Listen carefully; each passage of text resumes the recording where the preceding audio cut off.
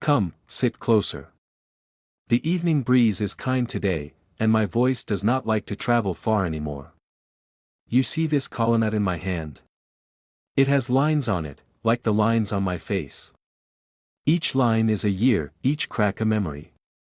Tonight, I will open one of those cracks for you, so you will know where you come from, and why remembering is a duty, not a hobby. I was not always an elder. Once, I was like you, quick-footed, loud with laughter, careless with tomorrow. Our land then, Biafra, was green and confident. Palm trees stood like guardians, and the red earth warmed our feet. We believed that if you worked hard, respected your neighbors, and poured libation to your ancestors, the world would meet you halfway. That belief was young. The world taught us otherwise. When the talk of war first came, it did not arrive wearing boots. It came as rumors. Whispered arguments in the market. Fear tucked into jokes. Names said with anger instead of greeting. We told ourselves it would pass. Nigeria is one, people said, as if saying it loudly would stitch the seams already tearing. But a cloth can rip quietly and still be ruined. Then Biafra was declared. I remember the day, how people gathered as if for a festival, how hope lifted us like music. We believed we were choosing dignity. We believed the land would protect us because we loved it. Listen carefully, my child, hope is a powerful thing. It can feed you, and it can starve you if you trust it without wisdom. War changes the meaning of ordinary things. Bread becomes treasure. Silence becomes danger. Night becomes a question mark. The first time I heard a bomb, my heart tried to leave my body. The sky itself seemed angry, as if the clouds had learned how to shout. We ran, not knowing where safety lived. And that is another lesson, in war, safety keeps moving. We learned to count days not by sunrise but by survival. Schools closed, and the classroom became the roadside, where elders taught us how to hide, how to listen, how to read the sound of engines. Mothers became magicians, turning almost nothing into something.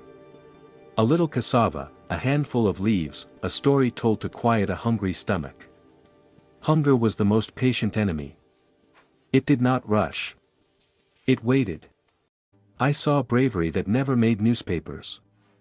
A boy younger than you who carried water across open ground because his grandmother could not walk fast anymore. A nurse who stayed when the hospital moved, saying, if I leave, who will hold their hands?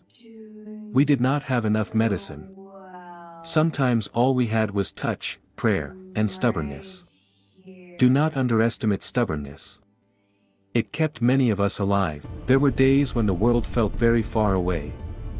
Planes passed overhead, and we wondered if anyone inside could see us, really see us, or if we were just shapes on a map. The radio was our window. When it spoke kindly, we breathed easier. When it went silent, fear filled the room like smoke. We learned that politics can decide who eats and who waits.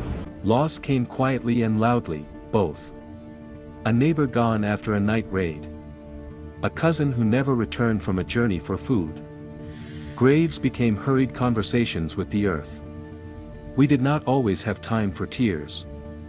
We saved them for later, like money hidden in a wrapper. Later, of course, came all at once. And yet, listen to this, life did not stop trying to live. Children were born. Weddings happened in borrowed clothes. Laughter escaped us sometimes, surprising and guilty, like a thief. We sang songs about home even when home was a memory.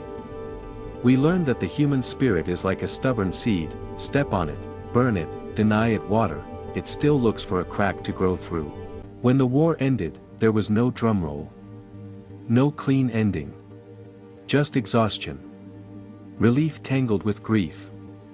We returned to places that recognized us but no longer welcomed us the same way.